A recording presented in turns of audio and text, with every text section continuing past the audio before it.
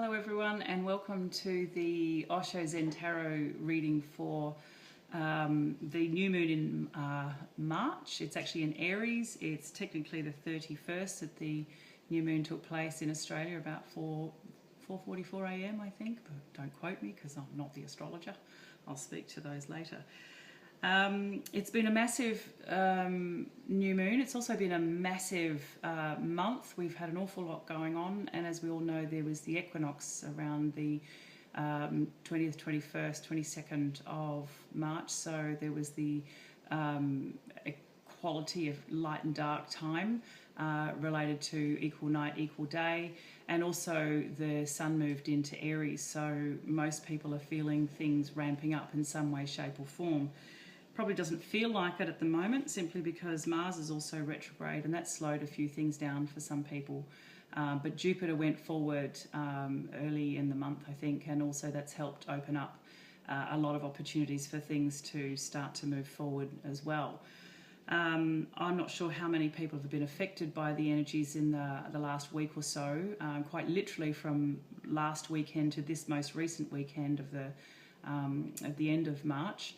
But personally, I've had some interesting situations, and well, interesting is probably not the right word. They're actually very intense situations, feeling like lots of stuff is being dropped away, and lots of changes are being forced on everybody, and in particular the loss of partners in members of my family, and also most recently yesterday, the partner of a husband of a very dear friend had a sudden passing as well, and that's shocked a lot of us.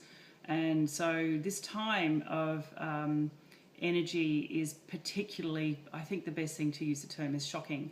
You're being shocked into change in some way, shape or form, and sometimes it's a pleasant shock, and sometimes it's a deeply unpleasant and very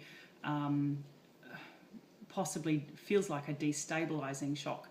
But the reality is that the changes need to take place in order for others to move forward, even if they don't realise that that's probably what is necessary.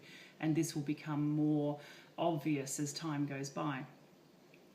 So without further ado, one last little thing I'll mention is that yes, it's a new moon in Aries, and of course the sun is in Aries, so of course it's a double whammy of energy. It's very intense. It's really pushing people to make change, and Aries is ruled by Mars, so maybe there's a bit of a double bind in the force of the Martian energy wanting to move forward with the Aries energy, but in the same breath it's being hindered by the fact that it's in retrograde. And of course that's not hindered per se to say it can't be useful. It's more like review what it is that you want to move forward with, review, look at things in a retrospect manner, really start to have a good look at if things haven't worked so well in the past, what is it that you could do to make the most of the desire to move forward, so that when Mars does move forward, you're in a place of understanding, knowledge, and that knowledge is power to make better choices for where you're at.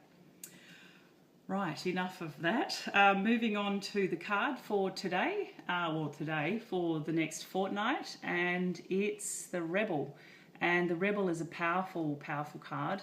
It's letting everybody know basically that they have every right to be the rebel. They have every right to break the chains of the ways of life, the thought processes, the behaviours, the patterns that have kept them locked in a certain way of living. And it is absolutely time to push forward with that and allow yourself to make the most of this. A new moon is about new beginnings, and so why not see yourself as the rebel to push past the things that have been a bit scary to let go of. Perfect time to make the use of this Aries energy. It fires people up. You can see the power of the fire in the torch that's being held by this rebellious chap. And you can also see the power of the sun over his shoulder. And that's a really beautiful double whammy of knowing that there's fire on every level that will support you through the change. The fire to use that you can keep things moving forward with. It's kind of like the steam engine.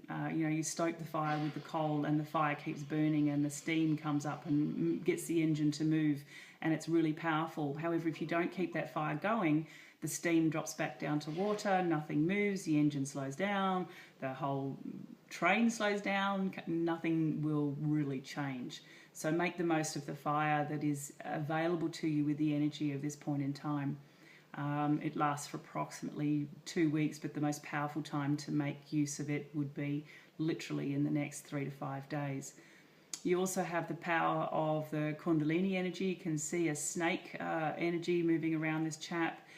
Kundalini energy being the energy that moves up through the chakras, starts at the base and moves all the way up through to the crown.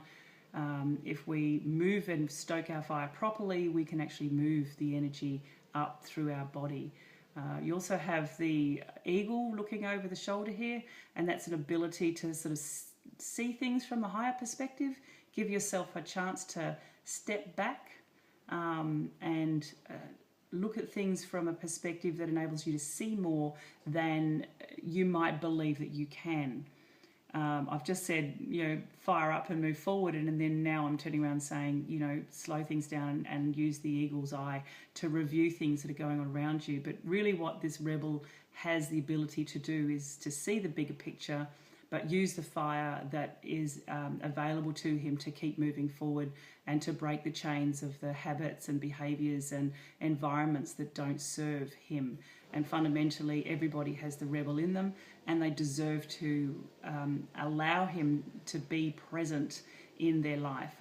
This is really fantastic. It's so much change going on. We're being pushed and shoved left, right, and centre. There's been X-class solar flares. There's been major earthquakes in California that have been really serious, and yet somewhere in there we all just go, yeah, so whatever. But the reality is that everyone's world needs to move and change, and if that's what it's going to take to get us to shift, either the loss of someone, the loss of our home, whatever it is that is taken to shake up our world, is the wake-up call. So please listen to the wake-up calls that are coming through in your life and be the rebel. Trust that you're on the right path. Break the chains of enslavement that have kept you stuck in a way of functioning in your world, and trust that you're fully supported by the universe and the planet to live up to your full potential and to go out there and be the rebel. Have fun with it. It's time to feel the yay, lovely, fiery energy and really, really embrace it. Just embrace it. So thank you, everybody. I hope that you've enjoyed this reading, and I'll see you again in about 2 weeks' time. Blessings and love to everyone.